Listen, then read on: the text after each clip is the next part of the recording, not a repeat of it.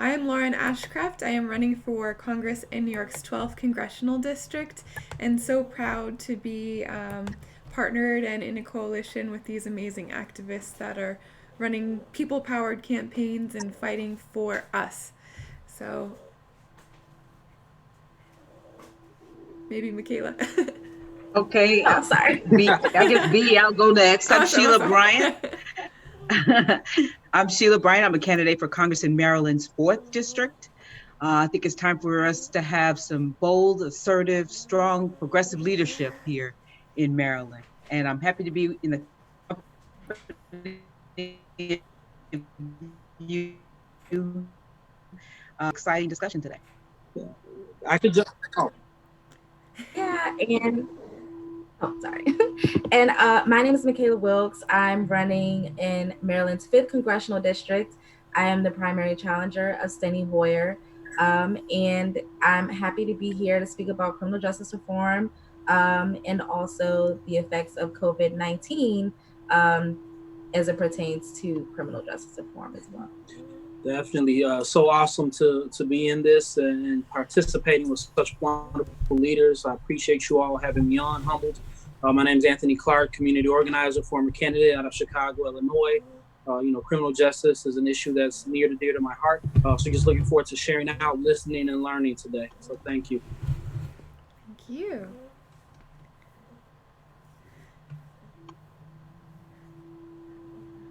All right, so Michaela, I think you're going to be leading us through some of these topics in conversation.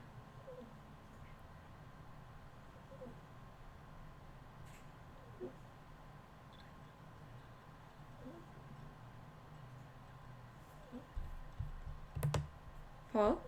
Yeah. I may have gotten kicked out of the meeting, I'm not sure. Yes. Well, because we want to be able to take questions, but for some reason, there are no questions showing up on my Facebook. We'll be sure to pop in any that we're reading on our end as well. So, yeah, we'll stop the conversation whenever we do get some questions. Yeah, this is grassroots right here. This is how we do it. Make it work. It's what it is. We make it work. So, welcome into the fight. Yeah.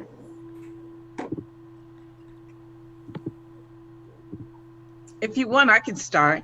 So Yeah, right now, you can start. yeah. So right now, there's so many things to talk about. So we could start by talking about the COVID situation and people being in prison, and the fact that even more citizens are being arrested and put in jail for violating the stay-at-home orders when we should be finding ways to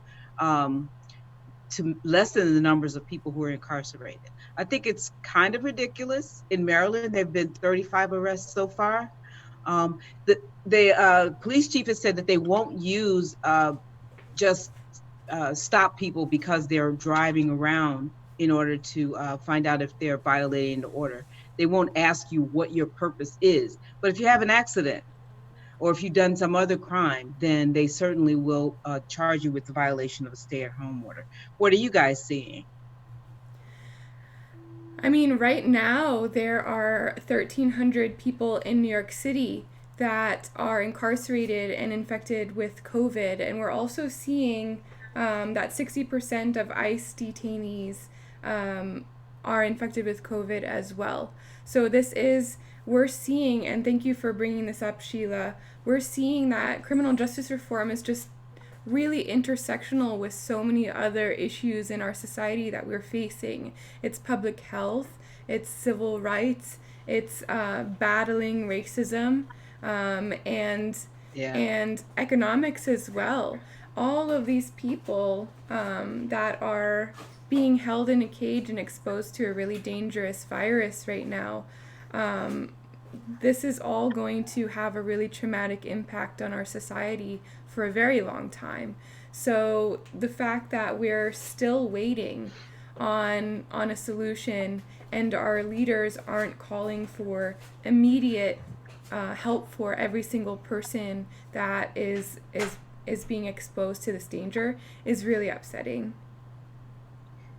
You're right, Lauren, but this didn't just start. And the whole thing you said about economic justice and racial justice.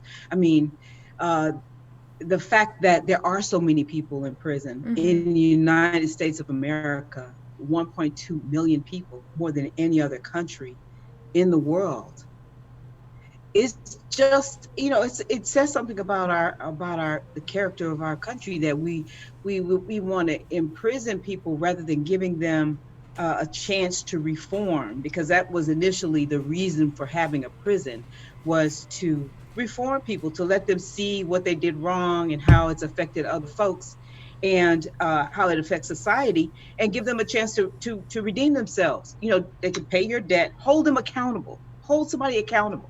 There's lots of ways to do that besides putting them in jail. And what they're using now, solitary confinement, which is worse, more like torture than it is rehabilitation.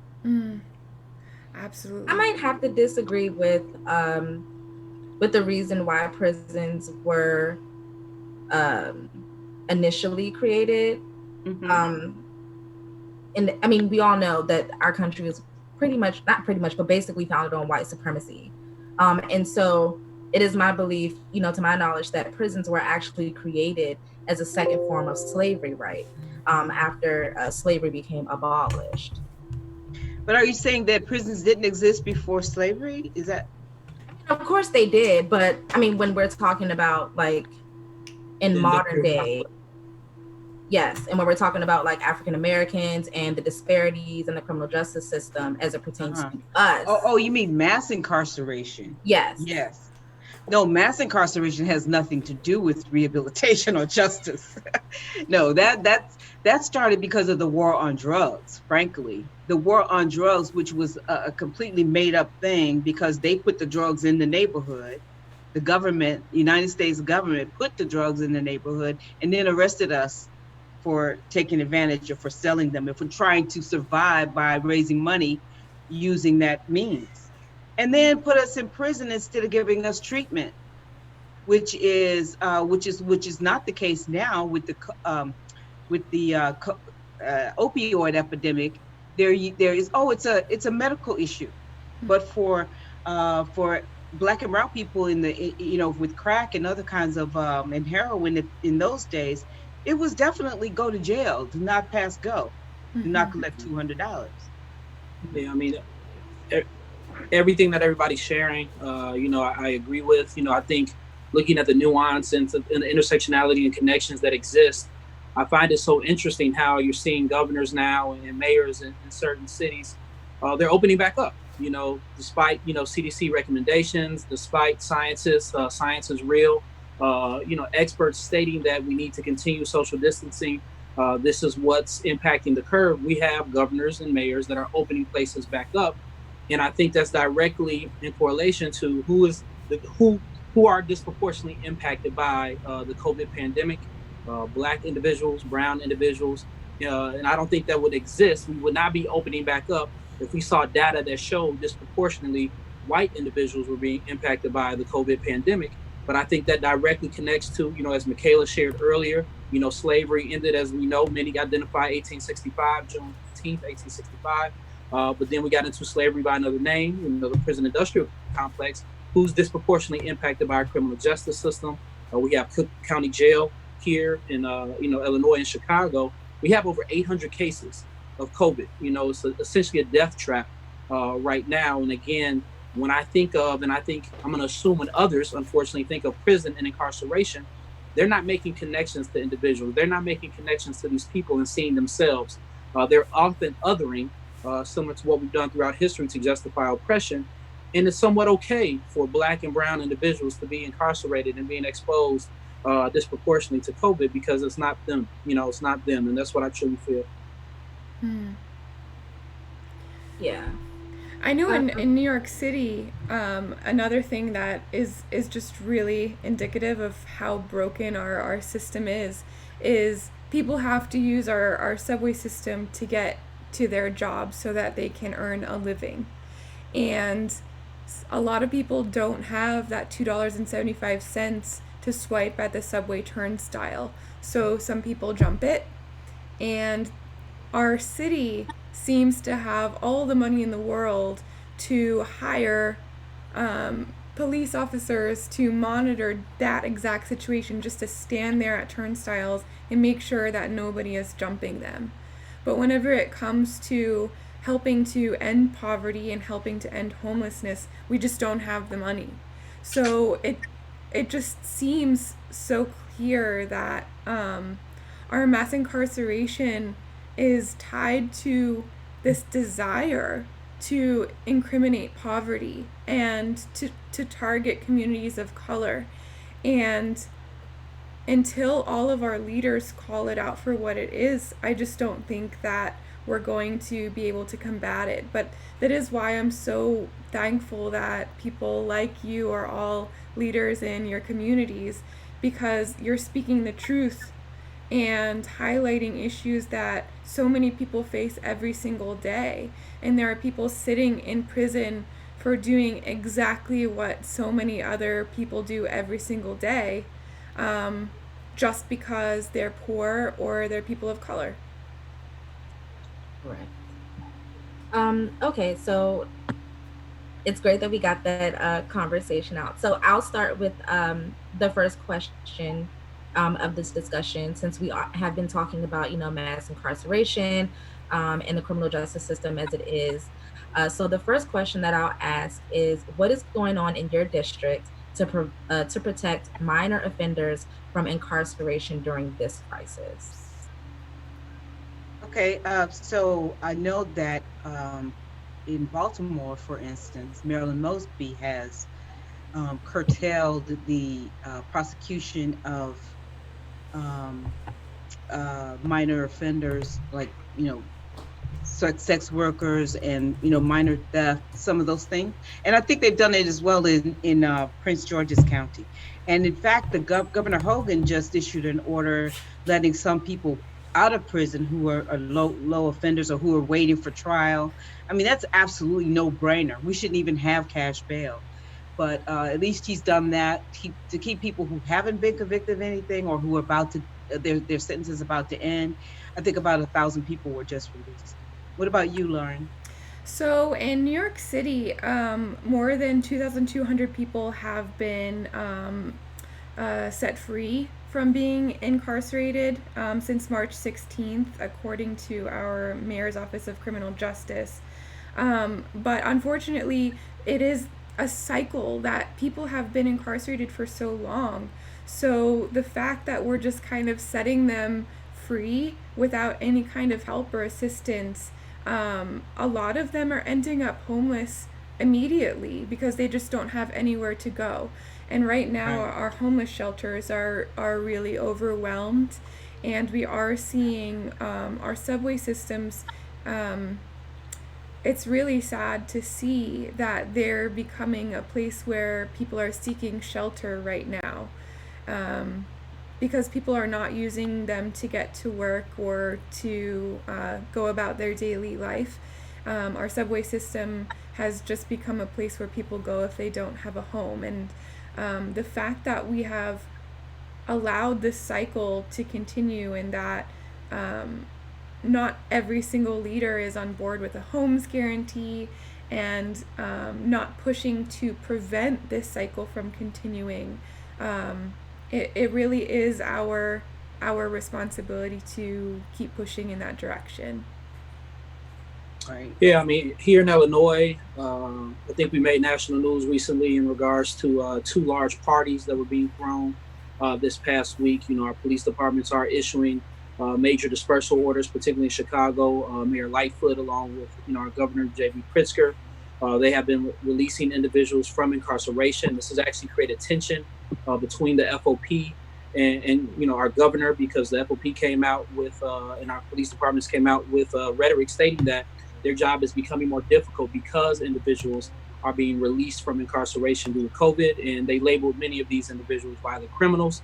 So there's a lot of nuance involved right now. And also, our governor extended the stay-at-home order but now it's caught up in the courts because a Republican politician actually sued as an individual to state that it was unconstitutional for the governor to extend the stay-at-home order, which of course, if he wins this suit, that will then play a role in the majority of everybody within the state of Illinois. So there's a lot of things going on right now. I think there's a disconnect between the communities and as well as our police department, our criminal justice system, because often what I think COVID is doing is magnifying and exposing systemic issues that, of course, have already existed because distrust existed before this pandemic even started.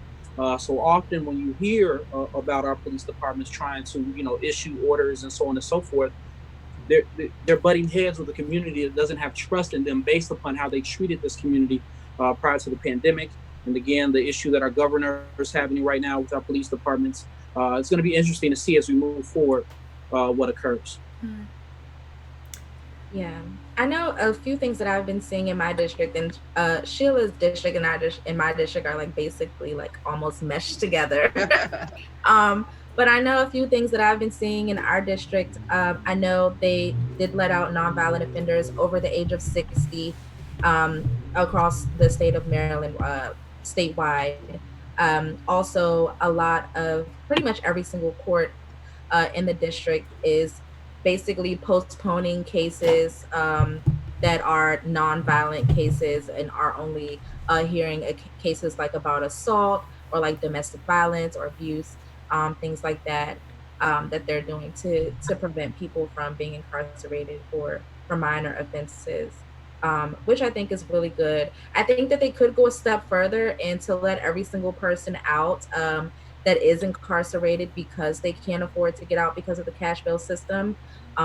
They can also decrease the population in our jails and detention centers here in the district by releasing every single person that is there on a possession of marijuana charge for one, and then never lock anybody up for that ever again. I think that they could let all of the people, out that are suffering with substance abuse. But while we are letting all of these people out of the system, there needs to be some assistance to go along with that. Because as Lauren said, these people are being released and they don't have anywhere to go. And the big issue is that our criminal justice system was never centered around people. It's only centered around incarcerating people. And so that's why there is barely a system put into place to help people when they're released.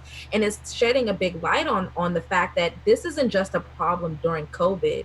This is a problem before and after COVID of them incarcerating people, releasing them with no assistance whatsoever. And that really also creates another problem when we talk about reentry into the criminal justice system, because you're put in those same situations and it's kind of like there's no bottom to it. It's just like you just keep falling because there is no assistance to help you in that area. Sorry. There's so many elements, and what you said is absolutely right. But I mean, it starts before the incarceration. We're talking criminalizing poverty. Okay, so you don't get the education, you slip through the cracks. You have a mental issue, you slip through the cracks. You have a substance issue, you slip through the cracks, and 9 times out of 10 you end up in jail. So what we need to do is treat the issues, which are poverty, lack of education, lack of job skills, mental. In the 80s, I think they closed mental hospitals while Reagan was president. It must have been the 70s. They closed mental hospitals, and those people are now in jail. And there's very few mental health resources in jail, in prisons. And so that's part of the problem. We are not focusing on the right thing. We're and like you said, we're not thinking about people. We're thinking about prison, taking mostly Black or brown folks out off the streets and putting them away somewhere instead of treating the issue, the substance of the problem. And until we get that, it's like that's until we treat the underlying conditions, it'll never change. And then you got to talk about policing. Why are the police over-policing in Black neighborhoods, Black and brown neighborhoods? If they went to any college, any main college, Ivy League school, they probably got more drugs and and sexual assaults going on there, but they're not in their face like they are in the Black neighborhood, you know? So we need to change the way policing is done. They need to be in the neighborhood, walking on the streets, getting to know these kids as human beings and not as potential criminals. Mm-hmm. So we need to change the whole paradigm. Absolutely. Yeah, of course. Yeah, of course. I totally agree with you 100%. So we'll move to the next question, which is, so what are some issues you would like to propose or support if elected to Congress? Lauren, you can go first. Oh, thank you so much. So definitely ending cash bail. That is one of the number one ways that we can stop criminalizing poverty and stop just focusing on incarcerating people who are poor. So we see so often that white collar criminals and millionaires and billionaires, they're able to put forward any kind of money to be able to walk around while they're awaiting trial. And somebody who didn't have $2.75 to use the subway system clearly doesn't have that available. So it's just ending cash bail is one of my top priorities for criminal justice reform. And also I find it, I just see over and over how the war on drugs, and like Sheila, you were mentioning, the war on drugs is racist. And we can look at all the statistics in the world and it just keeps pointing to the same thing. And that white people, for example, use cannabis at the same rates as everyone else, but people of color are incarcerated 4 times the rate as people who are white. And I am really pushing to decriminalize all drug usage and legalize cannabis federally, because I think, Michaela, you mentioned it earlier, but substance use disorder and addiction should not be a crime, but and we have to stop seeing prison as rehab. Even if we did see that people have a problem with addiction, then prison is not the rehabilitation that they need. So why, like Sheila, you were saying, why don't we focus on actually addressing the issues that cause people to be incarcerated, like providing single-payer Medicare for all and mental health care, and providing rehabilitation services to help people who are struggling with addiction. And we have to also help people to not be struggling and living in poverty, and make sure that people do have access to everything that they need so that they don't have to, for example, steal a loaf of bread. That's a Incredible. red flag. Yeah, that's a failure of every single representative. If somebody's stealing because they're hungry, that's a fucking failure. And I don't understand why we would put someone in prison for being hungry. And I could go on forever, but I hear you. Yeah. That decriminalizing cannabis is number one on my list. It should never have been a crime. It should not be a Schedule A drug, because it has a lot of medicinal value. And just because, there's just no reason. There's no explanation. How can it be legal in Colorado and illegal in Michigan or whatever? It doesn't make any sense. And that would be number one on my list, because, and here's what I'd like to see happen, even if it's a form of restitution, like use the taxes that we get from selling marijuana, make sure that Black and brown people have 30% of the cannabis licenses to operate cannabis dispensaries. 30% of those should go to African Americans and people of color, because we've been the ones that have borne the brunt of all of the negatives, all of the war on drugs. And now when it becomes legal, which has already been shown with the limited numbers of a medicinal cannabis dispensaries, no Black people are getting those, okay? We've been going to prison for selling the marijuana, but now when it's legal to do it for medicinal purposes, we aren't getting the benefit of the sales. So I think legalizing it, making sure that African Americans and people of color get 30% of the cannabis dispensary licenses, using some of those taxes to teach how to grow it, how to cultivate it, how to package it, how to sell it, how to distribute it, whatever. It should be taught in a free junior college or something. And we should use that. It could be a form of restitution, because if we could grow cotton and rice and all that as slaves for free, we should be able to grow cannabis and sell it once it's legal. I think that's, number one on my list. Let's go for it. And like I said, policing, change the paradigm of policing, making sure that they have training not to harass and arrest, but to de-escalate and to figure out ways. I mean, we have to change this use of force. Shooting people for running away is absolutely criminal, and it should never happen. There was just a case the other day that it was nothing, because the media is so focused on COVID-19 that most of the news is going unnoticed. But there was a person and I can't remember what state it was, but he was Georgia. Running away unarmed. It was Georgia. Yeah. Georgia. Well, he wasn't running away from the police, but the guy was a policeman. But he was running in the neighborhood jogging, and he and his son went and harassed the guy, and the guy started to fight them, and they killed him, and no charges have been filed.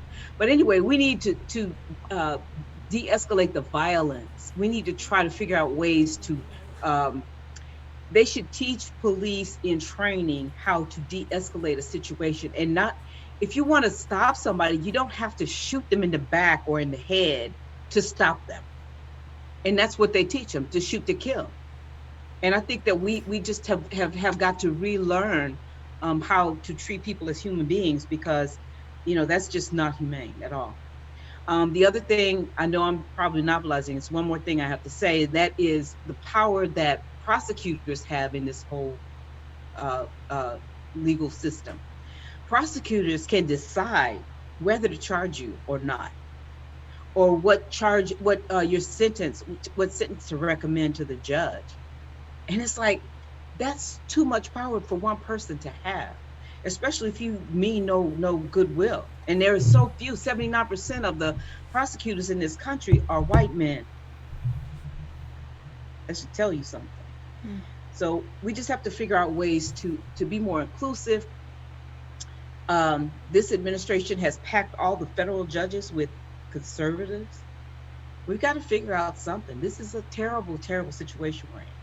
So with that, I'll let Anthony talk about what things he did. Well, I think the majority of things were covered, so I'll just share quickly.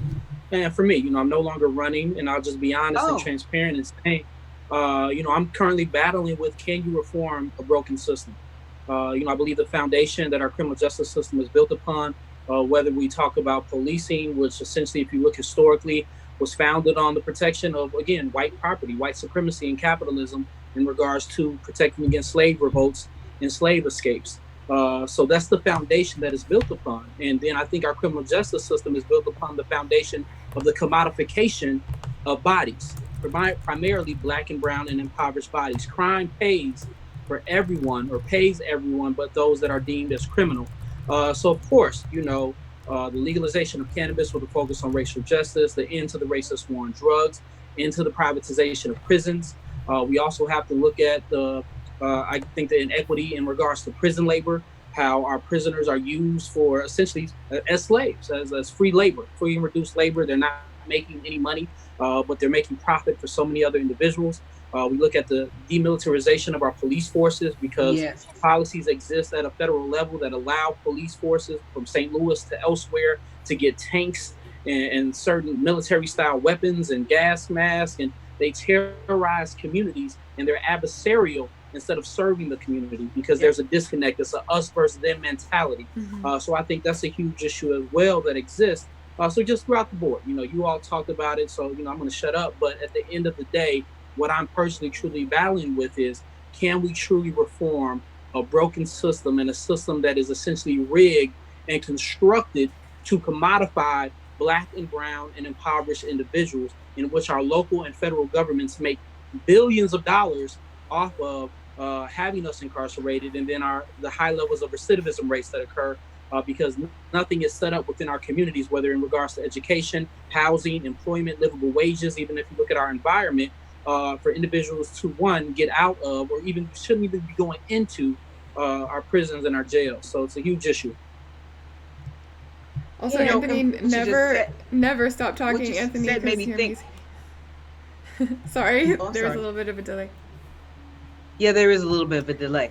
What I was going to say is like the 13th Amendment says that abolish slavery except as punishment for crimes. So maybe we need a constitutional amendment to take that completely out of there, so that, Anthony, the thing you're talking about, them working for nothing, would never happen, and Black and brown people will not be used as cheap labor again. I agree. Yeah, I think when we speak about criminal justice reform and police reform, that oftentimes we get caught up in being reactive instead of being proactive. I'm just speaking in general, not about any of us. But I think that in forms of being proactive, especially when we're speaking about the police, for one, we need to localize our police departments. Because in my district, I live in Charles County, and I will never forget, I was on my way to work one day and I saw a police car, and I'm assuming they lived in Charles County, but they were employed by the Fairmont Heights Police Department, which is probably about like 30 minutes or 45 minutes away from where I live, but it's a completely different area.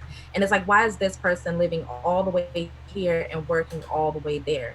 If we can localize our police departments, then the police officers will have ties to the community, and they will know how the community is. They will understand the people in the community, how the community operates. And then we don't have people that live in, majority white suburban areas policing, like in Washington, D.C., like around 7B, where it's majority Black areas, and they want to claim, I fear for my life, or because it's a different demographic or area. And so I really think that localizing the police is a must do, as well as civilian review boards for whenever a police does conduct any form of misconduct.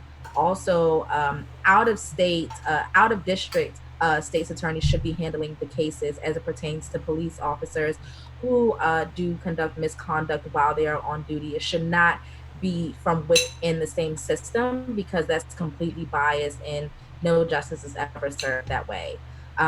We definitely should have body cameras. Everyone should have them. It should always be turned on. The footage should be archived and available for public viewing, just for GP, because they are basically, public servants. And so we should be able to see what they're doing, especially if they've been charged or if they've been accused of any case of misconduct. And as it pertains to criminal justice reform, we absolutely need to, legalize the usage of all drugs, not legalize, decriminalize the usage of all drugs, legalize marijuana on a federal level, invest in the communities that the war on drugs has negatively impacted because of everything that has happened with them. And also, when we do release everyone who has been incarcerated for the possession of marijuana, once we legalize it, then they also need to get, I believe, a form of reparations for that time that they spent in jail, because they are still in prison for something that corporations are able to profit off of now, which is completely unconscionable. And we also need to provide them with assistance once they are released, along with anyone else who's released for any other crime. But we also need to immediately expunge their records, and we need to help them find jobs so that they do not become reincarcerated again. We And also, exonerate them, not just expunge their yes, record, but make their crime evaporate. Is no longer a crime. So, and make it retroactive. So anybody that's still in jail for that needs to be out today, and their record expunged, exoneration, and some type of restitution to them. Yeah. correct. And lastly, I would definitely end the cash bail system, as everyone on here has said, because our freedom shouldn't depend on if we are able to pay for it. Because if I'm, as I was living impoverished and I was incarcerated amongst many other women who were stuck there because they couldn't afford 300 $300 or $150 of bail money. But if you have someone who, they make a decent amount of money, they can get out in the blink of an eye. And it's just not right, because if you're innocent until proven guilty, then you're innocent until proven guilty. And it's just completely unconscionable and immoral that the majority of people that are incarcerated are there because of the cash bail system, because they can't afford to get out. I totally agree. So there we solved the world now. We solved all the problems. But like I was saying earlier, there's other elements to the criminal justice system.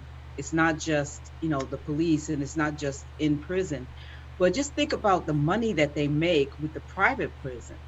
That is completely, to me, it's like an abdication of the state's role by paying somebody to hold people and just house them, really, because they don't provide any kind of education. They don't provide any kind of incentive for them to do the right thing. It's just housing, and it's warehousing.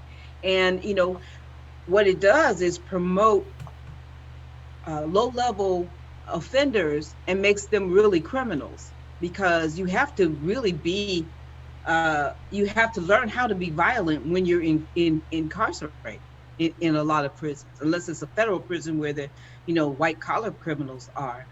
But in a lot of these maximum security prisons, you go in as a low-level offender, you come out a hard criminal. And that's what we're doing, rather than like, what I believe is that we need to have alternative forms of holding people accountable, like community policing, community involvement with whatever offense has been done. So let's say somebody robs a neighbor, a business. Then when that person is found and prosecuted, then the crime should be solved by repaying that person that they stole from, going in front of the community and accepting responsibility for their behavior. Justice. Restorative justice, right? And letting the people who are involved, they will let the offender know how it affected them. I mean, hold them accountable. But why are you going to put somebody in prison and keep them away from their family, especially when someone has children? You take the parent out of the family, and now you're creating another generation of people who will probably offend. And that's what the statistics prove. When you come from a family where your parents were incarcerated, a lot of times the children end up, doing the same thing, especially for long-term incarcerated. So there are other ways to hold people accountable besides putting them in a cell. That's kind of a barbaric way of doing it. In a lot of other countries, 20 years is the maximum sentence that you can get, which you were talking, Michaela, about people over 60 I think being Nova released. Scotia is one of them. Say again? I think Nova Scotia is one of them. The maximum. And Sweden, yes. So, and in Germany, they don't even do like the type of prison that we treat people like slime, like worms, not like human beings. Like they lose their humanity just because they did something in the spur of the moment and did something wrong that society says is wrong, and it makes you forever a pariah. I don't think so. You're not, what is the book? God, I can't think of his name now. But that you're not the worst thing that you've ever done. You're not the worst, you're not that one thing. You still have humanity. You still are a whole human being. And what we do is just take away all of your rights, all of your dignity as a human being, and put you in prison where they have to strip search you and you know, deprive you of everything. So I think that we just have a failure as our view on holding people accountable and maintaining our society. I mean, that's just wrong to me. So I totally advocate restorative justice. That's what I'm trying to say essentially, is that restorative justice, it should replace, from a lot of crimes, should replace incarceration. Right. And I didn't mean Nova Scotia, I meant Sweden. I don't know where I got it. I don't know, Nova Scotia is in what, Canada? I don't know. I really don't know. Okay, so I will move to our third question, which is, and we kind of already touched on it a little bit, but what proposals do you have for helping returnings reconnect and thrive in their communities upon release? And Lauren, I'll let you go. Yeah, so I think it kind of goes to a lot of, like, our platform is a comprehensive approach to making sure that there's a safety net for every single person. And I think it really does show how overlapping every single one of these issues is, because if we have Medicare for all, then every single person who is released from prison has health insurance. And if we have a homes guarantee, then every single person released will know that they're not going to end up on the streets. And if we have like mental health care and rehabilitation services, then a lot of the cycle and repetitive nature of the cycle will be stopped. So I think it's not even like a solution that's specific to criminal justice. It's just that we all have to be fighting for comprehensive safety nets so that people don't fall through the cracks. And I know another thing that I fight for is a federal jobs guarantee, which there's a lot of misconceptions about this idea, but it's a federal government working with state and local governments to see what kinds of jobs are needed in these localities, in these societies. And this would guarantee that there is some job that's helping your city or state that's available to you at any given time.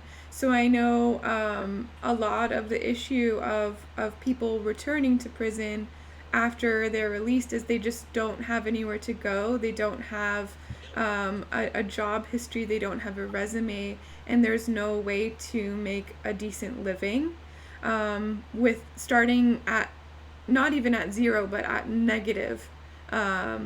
So having a federal jobs guarantee, Medicare for all, making sure that we make higher education tuition free and abolish student debt is also a way that we can make sure that everybody has the education they need to thrive. So there are so many different parts of, I know, each and every one of our platforms that helps to stop that cycle. And also I just wanted to say, Anthony, you're an amazing activist, and just because you're no longer campaigning doesn't mean that your fight has ended. So I'm just really proud to know you, and a lot of my criminal justice reform platform comes from the initial proposal and pledge that you put together with Cori Bush. So I really thank you for that. Appreciate that. Thank you so much. Yeah, so for me, returning citizens, there has to be some path, not just, okay, today you're in prison and tomorrow, bye, see ya. There has to be a path. So I think that what we should offer is a skills training. I know they do it in some prisons. A lot of them have like hairdressing and those kinds of barbering, whatever. But I think we need more like plumbers and electricians and those kinds of skills, and then use those people to sort of like the WPA back in the Roosevelt days, infrastructure. That's a no-brainer. We have so many issues right now with our bridges and our roads and all of our infrastructure that is decaying, that like Lauren said, using that as the basis of our job opportunities But if you train them while they're in incarcerated, then they have a skill that they can use to start their own business or to help with the infrastructure improvement in our country. There's right now in Maryland, for instance, there are a couple of places where men have like a step down facility where minimum security, where you can go and do work release, and you can also get um, uh, training for a specific trade. There's nothing like that for women, though. Surprisingly, there's nothing. It's like here you in jail today, and then tomorrow you go home to your family without any kind of intervention. It's like, how do you become how do you step down from that crisis mode all the time and back into society without some kind of relaxing transition period? So I think that's important. You got to have some kind of transition, and maybe that's a halfway house, maybe that's another facility that has minimum security with the opportunity to go do work release. And like Lauren said, with not having to worry about healthcare, because if you don't have a job and you don't have a skill and you don't have a place to live, what are we doing except setting you up for disaster, setting you up to go back and recidify, do the same thing that got you in jail in the first place? So it's like we are really doing a disservice to our citizens. And like I said, you have to treat them as human beings. They're citizens of this country and not criminals. They're people. And so once we look at it that way, it becomes, what would you do for your son? What would you do for your daughter? That's how we should look at it, because that's who they are. They're somebody's son and daughter or mother or dad. And that's how we need to treat people in this country. And so giving them hope, giving them a way to get back. And of course, the ban the box and all of those things where you're not forever paying a debt to society by having to say, I'm a criminal. I don't have any rights. I don't have the right to vote. I don't have the right to get student loans. I don't have those rights. I think all of those things need to disappear. That once somebody has gone to jail and done whatever we've decided is the cure for the wrong that they've done, then they need to be cured and that they need to be made whole and to have the same opportunities and benefits that anybody else in this country should have. And see, there was one other thing that I was thinking about that's so important in order to be made whole, and that is the right to the federal loans, getting Pell Grants while you're in jail, or free education for that matter, and then the right to vote. So I might be slightly going into this, and I don't know how much time we have left, but in some places where the right to vote has been restored, like in Florida, they were trying to say, okay, well, yeah, you got the right to vote now, but now you have to pay all the fines that you owe. Well, that's just like a poll tax. Mm-hmm. In the South, they called it poll taxes or poll tests, where you had how many bubbles in a bar of soap and those kinds of things. So once you've done your debt to society, then you need to be whole. And the other thing is all these draconian sentences that we've generated over the years, making mandatory minimums and all of that. It's ridiculous. I'm telling you, the whole justice system is broken. We almost need to scrap it and start from scratch and rebuild it based on the idea that people are humans and they make mistakes and they should not lose their dignity while they're incarcerated, and that there are other ways to hold them accountable for their behavior. So what about you, Michaela? Okay, sorry. I kind of lost train of thought. Yeah, I agree with everything that both of you said. That especially, I resonated with what Lauren said about our whole platform being pretty much a safe net. Mm-hmm.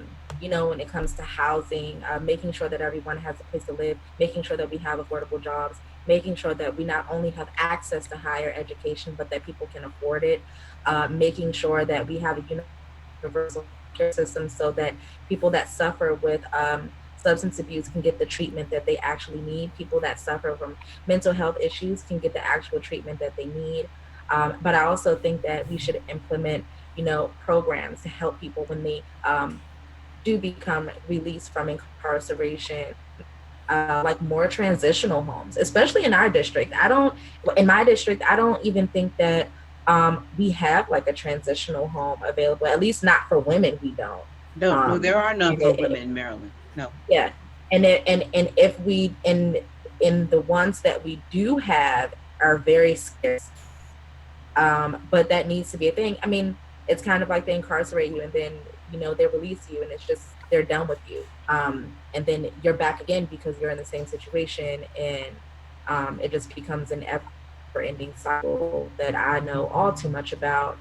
Um, but yeah, I really think that those are some things that we need to handle, as well as while people are incarcerated, giving them the training that they need. I don't care how long you're incarcerated, whether it's a few months, whether it's a few years, but they should absolutely be offering training and school while people are incarcerated, um, so that they can have a leg to stand on when they do um, return back to regular life.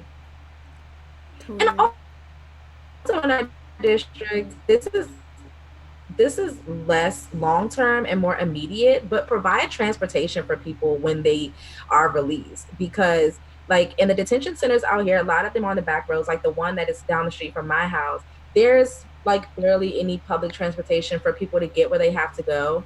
Like one time when I was incarcerated, thank God I had parked my car like down the street from it, but I had to walk down the highway to get to my car.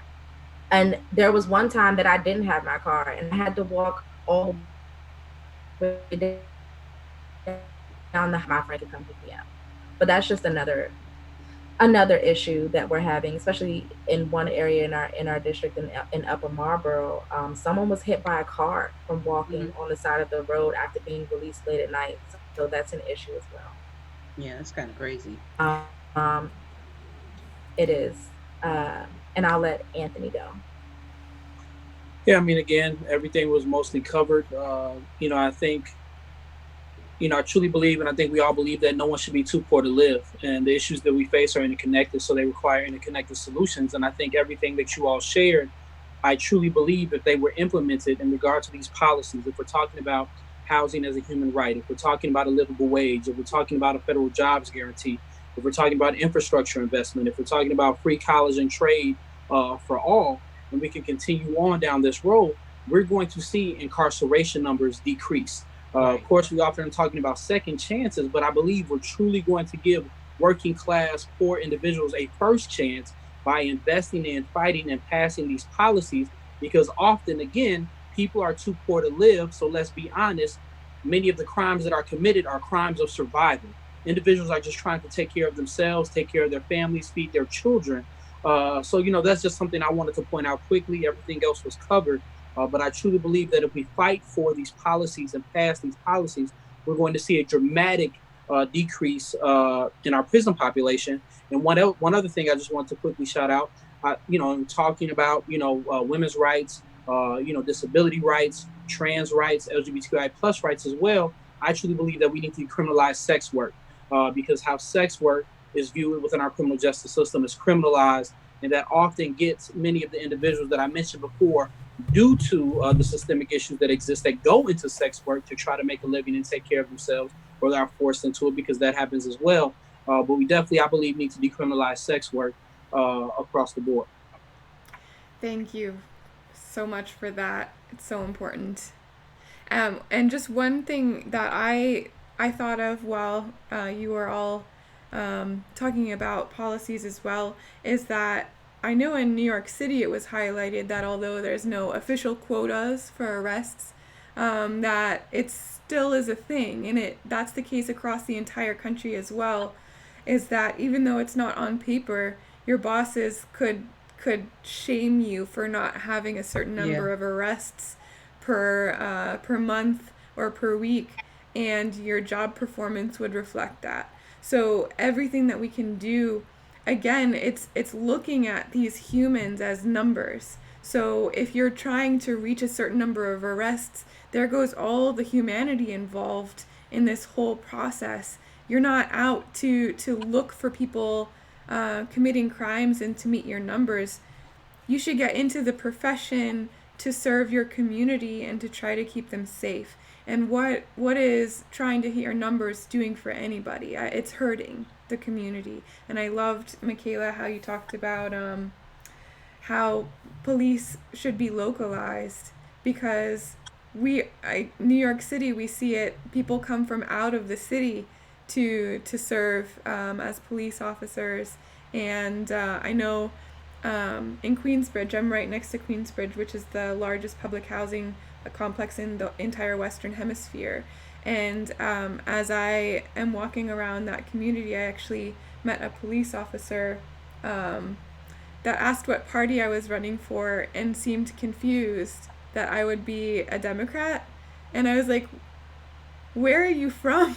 Because New York City is such a Democratic city, and he's from pretty far out in Long Island. And that's just really common that also you can't really afford to live in New York City and raise kids and pay the rent if you don't make enough as a police officer, so people commute from far away. So there are so many issues that all contribute to this cycle, and you got to start somewhere.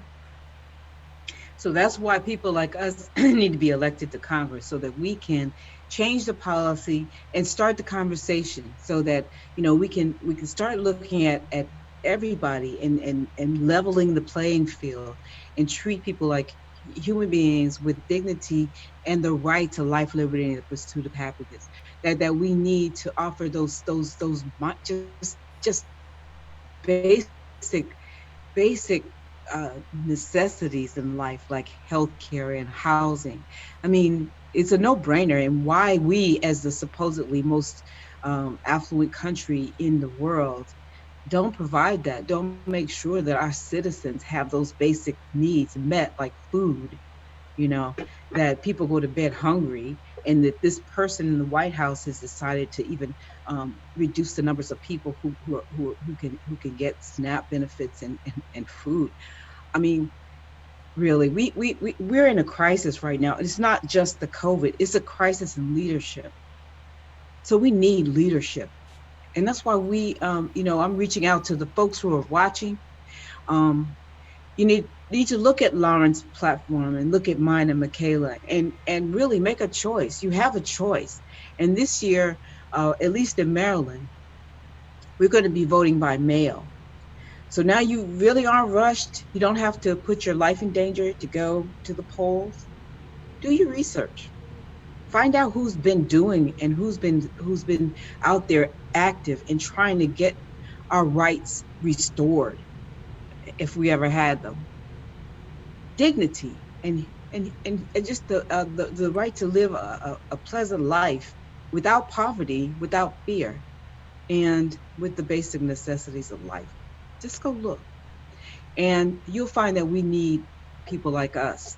Of course, in Maryland, there are no women in the congressional delegation. So shout out to me and Michaela and the other ladies who are running, and you, Lauren. We got to women get it done, okay? Yeah. So let's do this. I would vote for each and every one of you so fast. Me too. Yeah. And I guess that brings us to the last part of today's town hall, which is, what are ways that people can get in contact with your campaign if they want to volunteer? Like, what ways can they help out? What are your websites? And then also for Anthony, how can people get involved with your activism? Why don't you go first? Yeah, I'll go first. And so, again, I'm no longer running. I'm just challenging people real quick. You just have to look yourself in the mirror and really ask yourself, what are you willing to risk and sacrifice for change? Like, honestly, I know a lot of liberals, especially quote MLK, who's loved now, beloved now, but he was hated when he was alive. But he has a quote that, I truly believe in. And essentially, it states that, if you can't fly, then run. If you can't run, then walk. If you can't walk, then crawl. But whatever you do keep moving forward. Status quo is no longer an option in 2020. Status quo is no longer an option. So identify how you can move forward and move forward these issues as we fight for progress, as we push for revolution. So whether that is donating to wonderful campaigns that you see here, whether that's phone banking, we can't door knock right now, of course, due to the quarantine, but identify what you can do to help progressive candidates, what you can do to extend and push this message, and do it. Again, we have to go beyond a Twitter post, a Facebook post, and some likes. We have to go beyond attending a march when we have marches and, you know, we're working with the system that's part of the problem, and we have our posters that look cool, and we have a poster contest. True revolution is never easy, and it's never comfortable. So get uncomfortable. Ask yourself, what are you willing to risk and sacrifice? I'm supporting these three wonderful candidates. I'm going to try to amplify and magnify everything that they're doing, and I challenge you to do the same. So you don't have to do anything for me. Do something for yourself, because status quo is not working for any of us. But I appreciate being on here. I thank each and every one of you. Thank you for running. Thank you for fighting. And know that you 100% have my support. And whoever's listening and watching, I hope they have your support too. Yes, I love when Anthony talks. Like that. I know. I'm like all riled up now. Okay, Lauren. Oh, well, we are about 2 months out from our primary election. I am running against somebody who has been in office for 26 years, who takes a lot of money from corporate PACs and a lot of money from max out donors, and we are really proud to have the most small dollars in the entire race against that 26-year incumbent. So we are running that people-powered campaign, and we are running against the status quo, because you all know that the status quo is killing people. It kills.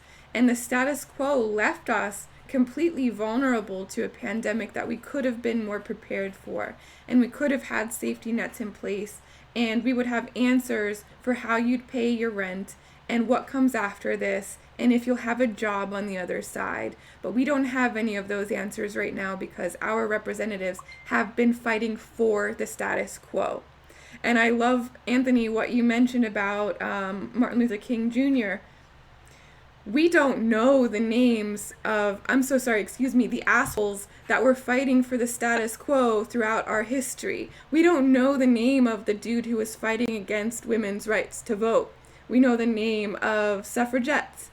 And we don't know the name of the bus driver, I'm sure you can Google it, that was attacking Rosa Parks, but we know Rosa Parks. And we know the names of people who fight against the status quo because it turned out every single time to be the right thing to do. So if you're looking to make a decision of who to vote for and who to put your small dollars towards, definitely check out every candidate's donations. Ours are from the people, and mostly from working class, struggling people who find hope in our campaign. But if you look at my opponent, you'll see big corporations, executive suites, CEOs, big real estate developers. You're going to see people who really don't want the status quo changed. So keep that in mind when you're making decisions. How you can get involved with helping me win is sending $1 our way, because that would make a difference, and it helps us make 20 calls to people to check in on them during this time. You can do that at laurenashcraft.com. We also have a lot of fun virtual events. This one was listed. You could have RSVP'd to it as well, but go to act.laurenashcraft.com to sign up for any of our future events, or to sign up to phone bank with us, because it's an amazing experience to reach out to community members, make sure they're okay, and make sure they know how to vote. So thank you, everyone, for getting us this far. It's still an uphill battle, and we need all your support. And also support Sheila and Michaela, and follow Anthony, because you're doing amazing things too. Okay, so I totally share Anthony and Lauren and Michaela's passion and enthusiasm, and I think that's what it takes. I think all of us are totally opposed to just sitting around and settling for the status quo. It's time to raise some hell and change the system, because it's not working, and it hasn't been working for a long time. I'm originally from Mississippi, and my uncle was president of the NAACP and used to register Black folks to vote well, he teach them how to vote. He would have classes on teaching them how, because like I said, there were prohibitions to vote. In fact, it could get you killed registering to vote. It could get you killed being president of the NAACP. Well, he did it anyway. And, he wanted to see the change, and he was the change that he wanted to see. He wasn't afraid to put his life on the line. And if you don't believe in something and you're not willing to die for something, then, you shouldn't be in a position of leadership. And so I feel like I have his legacy that I have to continue to work at. That, yes, I was in the military. Yes, I'm a lawyer and all of these things, but I'm not done yet. I have to do this thing to keep it moving, like Anthony said, even if I have to crawl, which is what we've started with building a campaign. It is grassroots, and it is starting it with nothing, and building it based on the people. And so I'm reaching out to the people now and asking you to support however you can, however you're able. My website is bryantforcongress.com, and you can contact us and help make calls, make donations, whatever you can do. I would appreciate it. We're going to change the world. We can do it together. So let's do it. Yeah, well, if anyone would like to get involved with our campaign, you can definitely do so at michaela2020.com. You can go there to volunteer. You can go there to donate, because yes, we are a race of people versus money, and we have the people, but we still need money. So we definitely also always accept contributions. We phone bank every single day. And let me tell you all, like, we're on the verge of taking, the biggest progressive victory this cycle, challenging Steny Hoyer, the second most powerful Democrat in the United States House of Representatives. The data shows that if we talk to enough people, that we can win this. And our election is going to be on June the 2nd. And so if anyone would like to help us out, yes, we do need money, but we need phone bankers to help us to speak to as many people as possible. As I said, we phone bank every single day. I'm on the calls at least 3 to 4 times a week. We have hype up calls to get people hyped, to do a shift the phone banking. But yes, we need all the help that we can get. And I would just encourage everyone to help us make history, not just in my race, but in Lauren's race, in Sheila's race. Join us in making history and actually enacting transformative change, because now more than ever, and I know that that's the cliche progressive saying, but seriously, now more than ever is the time to have progressive voices in Congress, because the issues that we're seeing now are not going to end with COVID-19. Every day, people are wondering where their next meal is going to come from. Every day, a parent is sending their child to school because that's the only meal that they can get. Every day, somebody is wondering if they're going to get evicted the next month because they couldn't pay. These are issues that everyone goes through every single day. So for us, for some of us, it's kind of a shock. It's kind of like, oh, this is coming out of nowhere. But for so many people, it's just another day. And so we need to stop it from this being just another day from everyone else. So please get involved with all of our campaigns. Help us out. Help us to create transformative